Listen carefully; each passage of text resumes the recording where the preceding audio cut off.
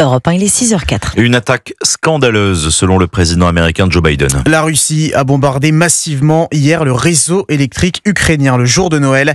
Plus de 170 missiles et drones lancés contre les infrastructures énergétiques du pays. Une personne est décédée.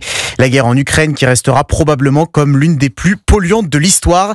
Le recours massif aux drones aura un effet conséquent sur la fertilité des sols ukrainiens, Nicolas Tonev. Oui, pour le comprendre, il faut avoir en tête que chaque drone kamikaze utilisé, comme son nom l'indique, finit en morceaux sur le champ de bataille et que chaque jour qui passe, cette arme volante qui remplace souvent l'artillerie ou le fantassin est utilisée comme un produit jetable, rappelle Xavier Titelman, spécialiste militaire. L'Ukraine consommerait entre 4 et 5 000 drones par jour et la Russie, elle serait entre 2 000 et 3 000 drones kamikazes par jour. Vous avez un nombre absolument incalculable de batteries, ce qui est le plus polluant dans le monde, qui sont consommés. Ça veut dire qu'on a des composés polluants qui sont disséminés dans la nature, dans les champs, dans les rivières, dans les lacs, dans les forêts, dans les villes. Et contrairement à des bombes non explosées ou à des restes d'obus ou des mines, ces lithium, cadmium, mercure, résidus de plastique sont difficiles, voire impossibles à récupérer.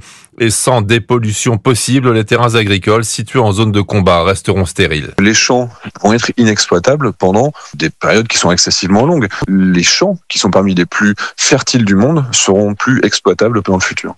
Un drame supplémentaire à long terme pour l'Ukraine dont l'économie est en grande partie basée sur l'agriculture et en particulier l'exportation de céréales. Nicolas Tonev, spécialiste des questions de défense à la rédaction d'Europe 1.